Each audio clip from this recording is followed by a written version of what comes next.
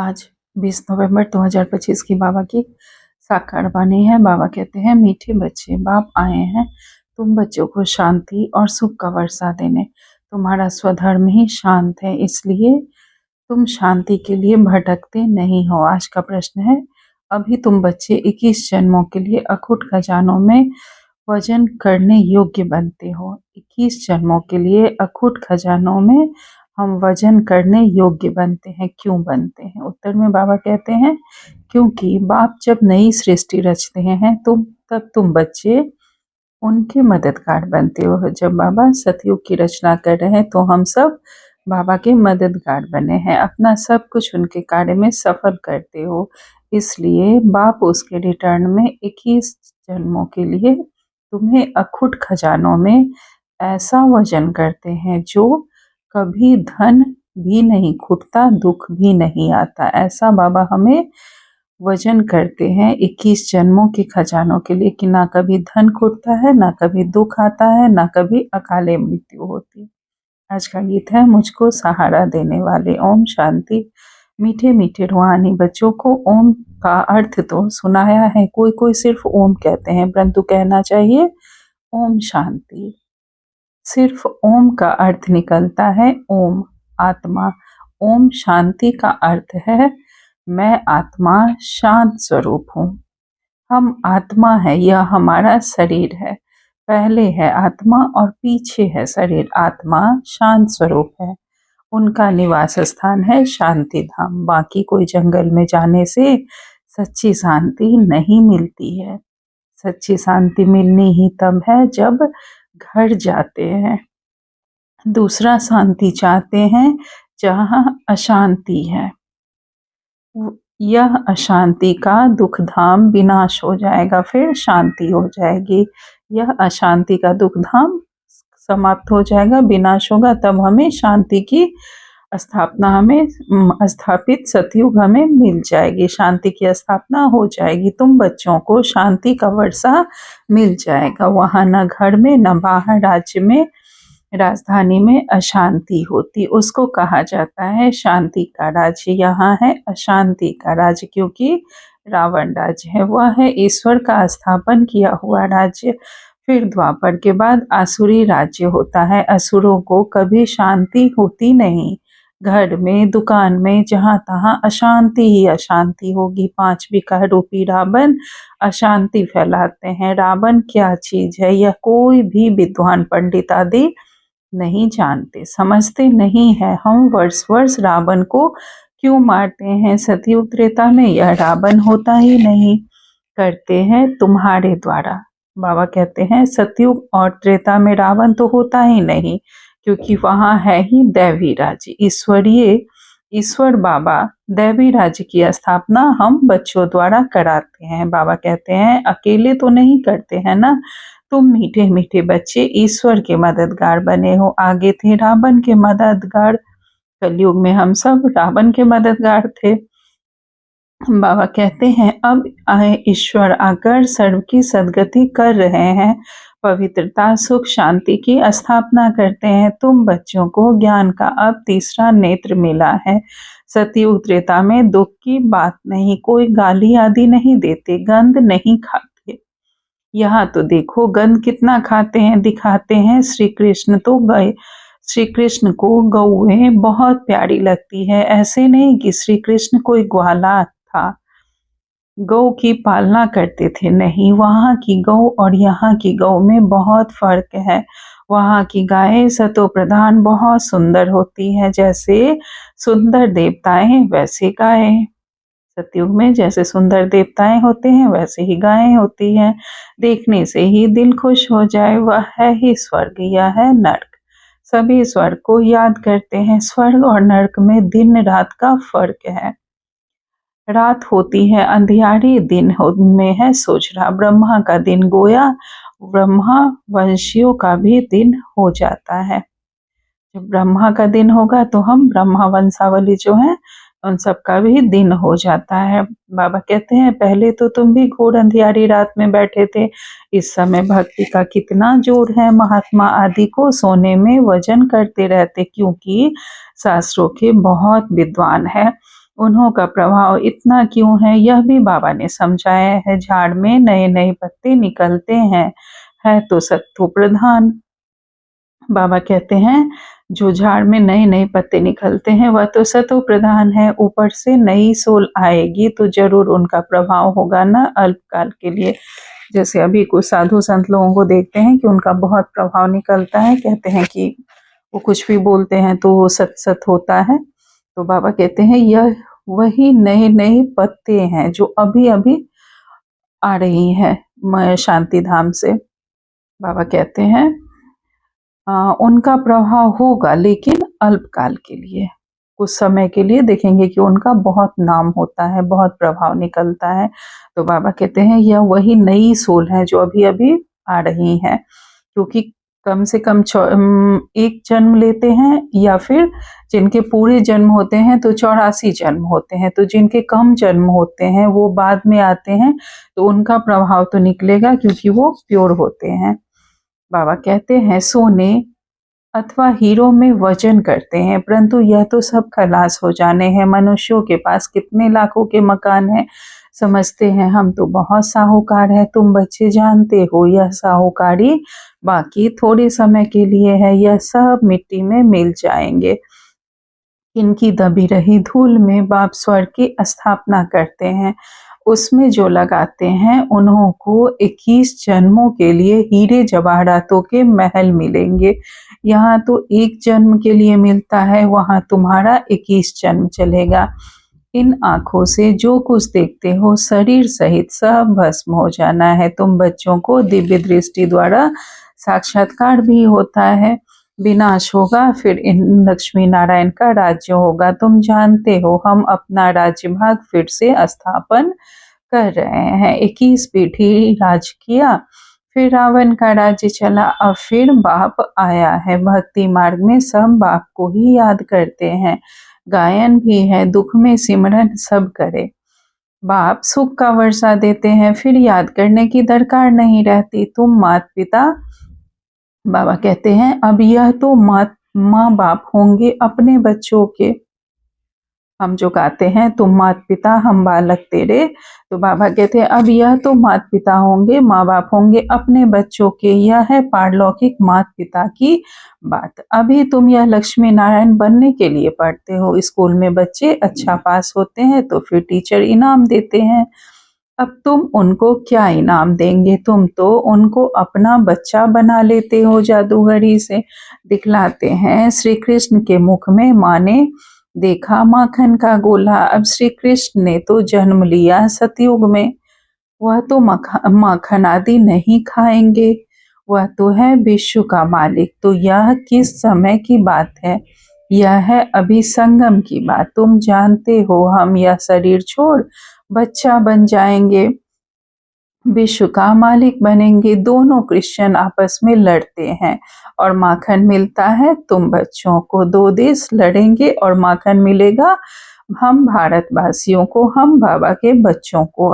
माखन अर्थात सतयुग हमें मिलेगा, हम बच्चों को। बाबा कहते हैं रजाई मिलती है ना, जैसे वो लोग भारत को लड़ाकर मक्खन खुद खा गए।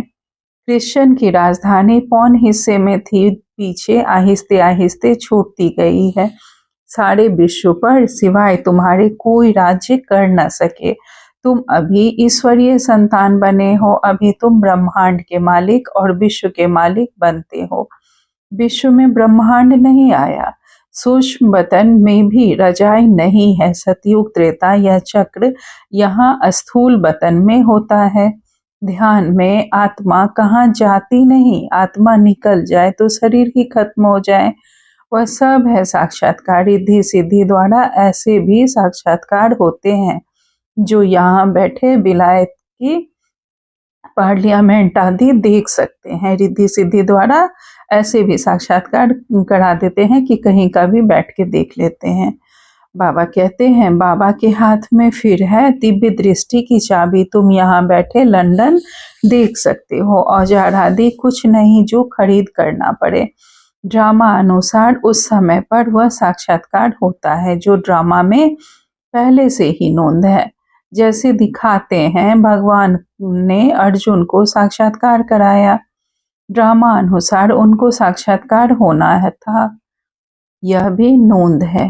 कोई की बड़ाई नहीं है, यह सब ड्रामा अनुसार होता है। श्री कृष्ण विश्व का प्रिंस बनता है, गोया मक्खन मिलता है।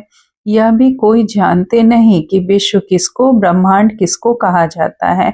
ब्रह्मांड में तुम आत्माएं निवास करती हो, सूक्ष्म वतन में आना जाना, साक्षात्कार आदि इस समय होता है। फिर 5000 वर्ष सूक्ष्म वतन का नाम नहीं होता, कहा जाता है ब्रह्मा देवताए नमः। फिर कहते हैं शिव परमात्माए नमः। तो सबसे ऊंच हो गया ना, उनको कहा जाता है भगवान। वह देवताएं हैं मनुष्य, परंतु दैवी गुण वाले हैं। बाकी 4-8 भुजा वाले मनुष्य होते नहीं, वहां भी 4 भुजा वाले ही मनुष्य होते हैं, परंतु संपूर्ण पवित्र। और पवित्रता की तो बात नहीं, अकाले मृत्यु भी कभी नहीं होती। तो तुम बच्चों को बहुत खुशी रहनी चाहिए। हम आत्मा इस शरीर द्वारा बाबा को तो देखें, देखने में तो शरीर आता है, परमात्मा और आत्मा को तो देख नहीं सकते। आत्मा और परमात्मा को जानना होता है। बाबा कहते हैं देख नहीं सकते हैं, बल्कि जानना होता है। देखने के लिए फिर दिव्य दृष्टि मिलती है, और सब चीजें दिव्य दृष्टि से बड़ी देखने में आएंगी। राजधानी बड़ी देखने में आएगी। आत्मा तो है ही बिंदी, बिंदी को देखने से तुम कुछ भी नहीं समझेंगे। आत्मा तो बहुत महीन है। बहुत डॉक्टर्स आदि ने कोशिश की है आत्मा को पकड़ने की, परंतु किसको पता नहीं पड़ता। वो लोग तो सोने हीरे में वजन करते हैं। तुम जन जन्मांतर पदम पति बनते हो, तुम्हारा बाहर का सो जरा भी नहीं। साधारण रीति इस रथ में बैठ पढ़ाते हैं, उनका नाम है भागीरथ। यह है पतित पुराना रथ, जिसमें बाप आकर ऊंचते ऊंच सर्विस करते हैं। बाप कहते हैं मुझे तो अपना शरीर है नहीं, मैं जो ज्ञान का सागर प्रेम का सागर हूँ, तो तुमको वर्षा कैसे दूं? ऊपर से तो नहीं दूंगा ना, क्या प्रेरणा से पढ़ाऊंगा? जरूर आना पड़ेगा। ऊपर से तो बाबा बैठ के नहीं पढ़ाएंगे प्रेरणा से, तो बाबा को आना पड़ेगा। भक्ति मार्ग में मुझे पूजते हैं, सबको प्यारा लगता हूँ। गांधी नेहरू का चित्र प्यारा लगता है, उनके शरीर को याद करते हैं। आत्मा जो अविनाशी है, उसने तो जाकर दूसरा जन्म लिया, बाकी विनाशी चित्र को याद करते हैं। वह भूत पूजा हुई ना, समाधि बनाकर उन पर फूल आदि बैठ चढ़ाते हैं। यह है यादगार शिव के। कितने मंदिर हैं, सबसे बड़ा यादगार शिव का है ना, सबसे बड़ा यादगार शिव का मंदिर है। सोमनाथ मंदिर का गायन है, मोहम्मद गजनबी ने आकर लूटा था। तुम्हारे पास इतना धन रहता था, बाबा तुम बच्चों को रत्नों में वजन करते हैं, खुद को वजन नहीं कराता हूँ। मैं इतना धनवान नहीं बनता हूँ, तुमको बनाता हूँ बाबा। अपने बच्चों को धनवान बनाते हैं, खुद नहीं बनते, ना खुद वजन करते हैं। बाबा कहते हैं उनको तो आज वजन किया कल मर जाएंगे, धन कोई काम नहीं आएगा। जो साधु संत आदि को करते हैं, बाबा कहते हैं वो धन तो किसी काम नहीं आएगा। बाबा कहते हैं तुमको तो बाप अखुट खजानों में ऐसा वजन करते हैं जो 21 जन्म तक साथ रहेगा। अगर श्रीमत पर चलेंगे तो वहां दुख का नाम निशान नहीं होगा। बाबा कहते हैं अकाले मृत्यु कभी नहीं होगी, मौत से डरेंगे नहीं। यहाँ कितना डरते हैं, रोते हैं, वहाँ कितनी खुशी होती है। जाकर प्रिंस बनेंगे, जादूगर, सौदागर, रत्नागर। यह शिव परमात्मा को कहा जाता है। तुमको भी साक्षात्कार कराते हैं, ऐसे प्रिंस बनेंगे। आजकल बाबा ने साक्षात्कार का पाठ बंद कर दिया है, नुकसान हो जाता है। अभी बाप ज्ञान से तुम्हारी सदगति करते हैं। तुम पहले जाएंगे सुखधाम, अभी तो है दुख धाम। तुम जानते हो आत्मा ही ज्ञान धारण करती है, इसलिए बाप कहते हैं अपने को आत्मा समझो। आत्मा में ही अच्छे व बुरे संस्कार होते हैं। शरीर में हो तो शरीर के साथ संस्कार भस्म हो जाए। तुम कहते हो शिव बाबा हम आत्माएं पढ़ती हैं, इस शरीर द्वारा नई बात है ना। हम आत्माओं को शिव बाबा पढ़ाते हैं, यह तो पक्का पक्का याद करो। हम सब आत्माओं का वह बाप भी है तो टीचर भी है। बाप खुद कहते हैं मुझे अपना शरीर नहीं है, मैं भी हूँ आत्मा, परंतु मुझे परमात्मा कहा जाता है। आत्मा ही सब कुछ करती है, बाकी शरीर का नाम बदलते हैं। आत्मा तो आत्मा ही है। मैं परम आत्मा तुम्हारे मुआफिक पुनर्जन्म नहीं लेता हूँ। मेरा ड्रामा में पार्ट ही ऐसा है जो इनमें प्रवेश कर तुमको सुना रहा हूँ। इसलिए इनको भाग्यशाली रथ कहा जाता है। इनको पुरानी जुत्ती भी कहते हैं। शिव बाबा ने भी पुराना लॉन्ग बूट पहना है। बाप कहते हैं मैंने इसमें बहुत जन्मों के अंत में प्रवेश किया है। पहले पहले यह बनते हैं तत्त्वम। बाबा कहते हैं तुम तो जवान हो, मेरे से जास्ती पढ़कर ऊंच पद पाना चाहिए, परंतु मेरे साथ बाबा है तो मुझे घड़ी घड़ी उनकी याद आती है। ब्रह्मा बाबा कहते हैं तुम सब अभी जवान हो तो तुम्हें मुझसे बहुत ज़्यादा पढ़कर और ऊंच पद पाना चाहिए, लेकिन ब्रह्मा बाबा के साथ शिव बाबा है तो उन्हें घड़ी घड़ी याद आती है और हम सब बच्चे भूल जाते हैं। बाबा कहते हैं बाबा मेरे साथ सोता भी है, परंतु बाबा मुझे भाखी नहीं पहन सकते। बाबा कहते हैं तुमको भाखी पहनते हैं, तुम भाग्यशाली हो ना। शिव बाबा ने जो शरीर लोन लिया है तुम उनको भाखी पहन सकते हो, मैं कैसे पहनूं, मुझे तो यह भी नसीब नहीं है। इसलिए तुम लकी सितारे गाए हुए हो। बच्चे हमेशा लकी होते हैं। बाप पैसे बच्चों को देते हैं तो तुम लकी सितारे ठहरे ना। शिव बाबा भी कहते हैं शिव बाबा भी कहते हैं तुम मेरे से लकी हो, तुमको पढ़ाकर विश्व का मालिक बनाता हूँ, मैं थोड़ी ही बनता हूँ, तुम ब्रह्मांड के भी मालिक बनते हो। बाकी मेरे पास चाहती दिव्य दृष्टि की चाबी है। मैं ज्ञान का सागर हूँ, तुमको भी ज्ञान सागर बनाता हूँ। मास्टर ज्ञान सागर तुमको भी मैं बनाता हूँ। तुम इस सारे चक्र को जान चक्रवर्ती महाराजा महारानी बनते हैं, मैं थोड़े ही बनता हूँ। बूढ़े होते हैं तो फिर बच्चों को विल कर खुद वानप्रस्थ में चले जाते हैं। आगे ऐसा होता था, आजकल तो बच्चों में मोह जाकर पड़ता है। पारलौकिक बाप कहते हैं मैं इनमें प्रवेश कर तुम बच्चों को कांटों से फूल विश्व का मालिक बनाए, आधा कल्प के लिए सदा सुखी बनाए, मैं वानप्रस्थ में बैठ जाता हूँ। यह सब बातें शास्त्रों में थोड़े ही है। सन्यासी उदासी शास्त्रों की बातें सुनाते हैं। बाप तो ज्ञान का सागर है, खुद कहते हैं यह वेद शास्त्र आदि सब भक्ति मार्ग की सामग्री है। ज्ञान सागर तो मैं ही हूँ। मीठे मीठे से हिलदे बच्चों प्रति माता पिता बाप दादा का याद प्यार और गुड मॉर्निंग। रूहानी बाप की रूहानी बच्चों को नमस्ते। हम सब रूहानी बच्चों की रूहानी माता पिता बाप दादा को याद प्यार गुड मॉर्निंग और नमस्ते नमस्ते नमस्ते। शुक्रिया बाबा, आपका पद्मा पदम शुक्रिया। धारणा के लिए मुख्य सार में बाबा ने पहली पॉइंट कही है, इन आँखों से शरीर सहित जो भी दिखाई देता है वह सब भस्म हो जाना है, इसलिए अब अपना सब कुछ सफल करना है। दूसरी पॉइंट में बाबा कहते हैं बाप से पूरा वर्षा लेने के लिए पढ़ाई पढ़नी है, सदा अपने लक को स्मृति में रख ब्रह्मांड व विश्व का मालिक बनना है। आज बाबा ने हमें वरदान दिया है, वाह ड्रामा वाह की स्मृति से अनेकों की सेवा करने वाले सदा खुशनुमा भव। विस्तार में बाबा कहते हैं इस ड्रामा की कोई भी सीन देखते हुए वाह ड्रामा वाह की स्मृति रहे तो कभी भी घबराएंगे नहीं, क्योंकि ड्रामा का ज्ञान मिला कि वर्तमान समय कल्याणकारी युग है। इसमें जो भी दृश्य सामने आता है उसमें कल्याण भरा हुआ है। वर्तमान में कल्याण दिखाई ना भी दे, लेकिन भविष्य में कल्याण समाया हुआ है, कल्याण प्रत्यक्ष हो जाएगा। तो वह ड्रामा वाह की स्मृति से सदा खुशनुमा रहेंगे, पुरुषार्थ में कभी उदासी नहीं आएगी। स्वतः ही आप द्वारा अनेकों की सेवा होती रहेगी। स्लोगन में आज बाबा ने कहा है, शांति की शक्ति ही मनसा सेवा का सहज साधन है। जहाँ शांति की शक्ति है वहाँ संतुष्टता है।